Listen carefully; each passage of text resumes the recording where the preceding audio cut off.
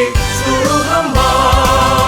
Hai Upik dan Buyung, pewaris negeri, lestarikan budaya, jaga pusaka.